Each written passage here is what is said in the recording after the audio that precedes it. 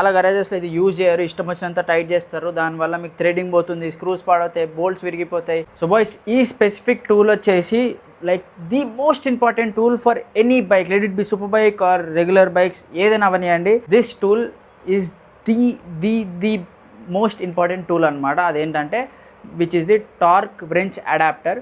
So మీకు ఒకటి torque వ్రెంచ్ అని ఉంటుంది, ఇది మన వ్రెంచ్ కదా, దీనికే బటన్స్ అండ్ ఆల్ ఉంటుంది టార్క్ వ్రెంచ్.